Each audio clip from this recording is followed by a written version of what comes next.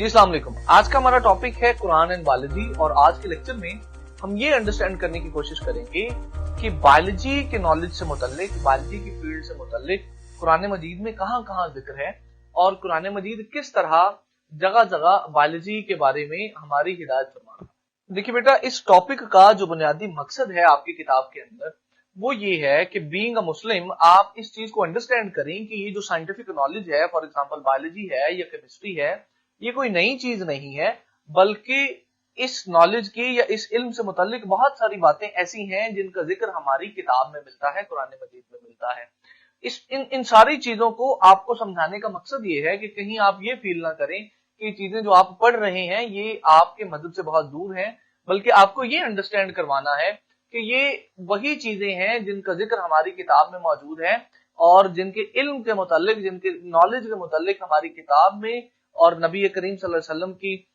हिदायत के मुताबिक हमें इस इल्म को लेने की तरगीब दी गई है। इस तरह की चीजों को पढ़ने के बारे में हमें मोटिवेट किया गया है। तो ये मकसद है जी इस टॉपिक का। अब इस टॉपिक में हम कुरान मजीद की मुख्तलिफ आयात को डिस्कस करेंगे जिनका ताल्लुक बायोलॉजी के साथ है या जिनके अंदर बायोलॉजी के हवाले से कुछ चीजों का जिक्र मिलता है। और आप ये देख के हैरान होंगे कि मेडिकल साइंस या मॉडर्न साइंस जिन चीजों के बारे में आज बता रही है, आज से 1400-1500 साल पहले बुनियादी तौर पर कुरान मजीद के अंदर उन चीजों का बहुत वाज़े अंदाज में जो है वो जिक्र मिलता है।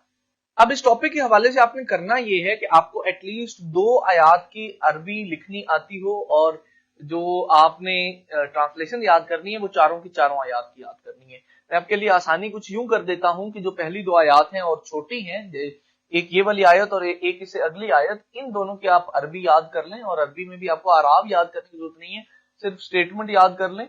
और ये आपको याद होना चाहिए कि सूरा से है, सूरा नंबर क्या, वर्स नंबर क्या है और इसकी ट्रांसलेशन क्या है। ये आपको चारों के लिए याद करना है।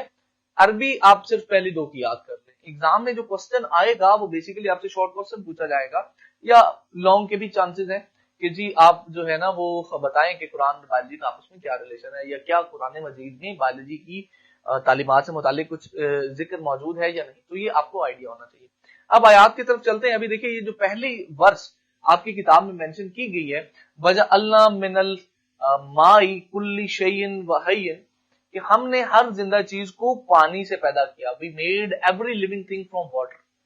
अब देखिए ये इस आयत का कॉन्टेक्स्ट देखिए जरा, 1400 साल पहले जाइए और उस वक्त अगर कोई किसी इंसान को कहता कि भाई तुम पानी से बने हो, तो किसी ने भी नहीं मानना था। उसने कहना था अगर मैं पानी से बना हूं तो दिखाओ पानी किधर है।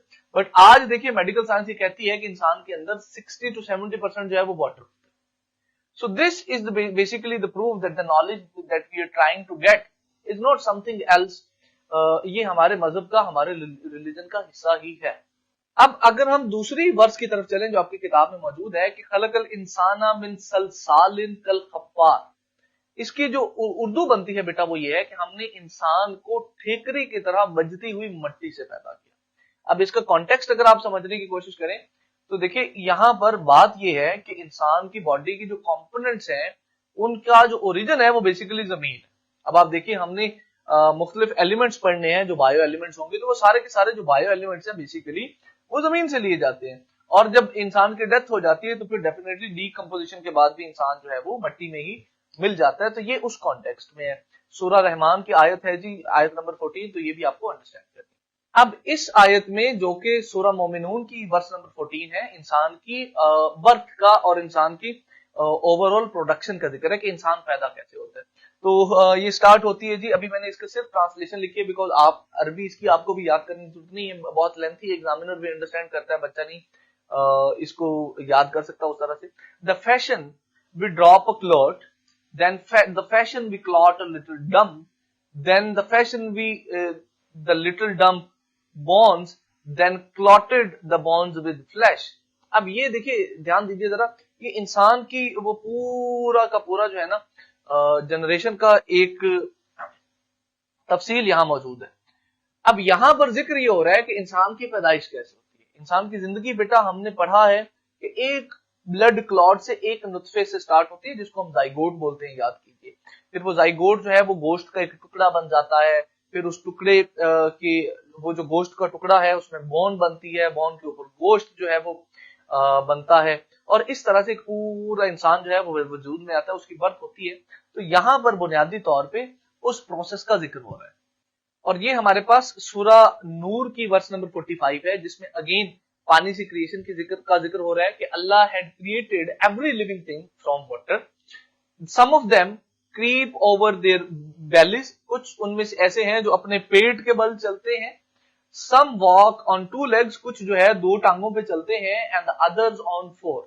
اور کچھ جو ہے وہ 4 ٹانگوں پہ چلتے ہیں. Now یہاں پر ڈائیورسٹی کی بات ہو رہی ہے کہ لیونگ آرگنزمز کے اندر کتنی ڈائیورسٹی ہے.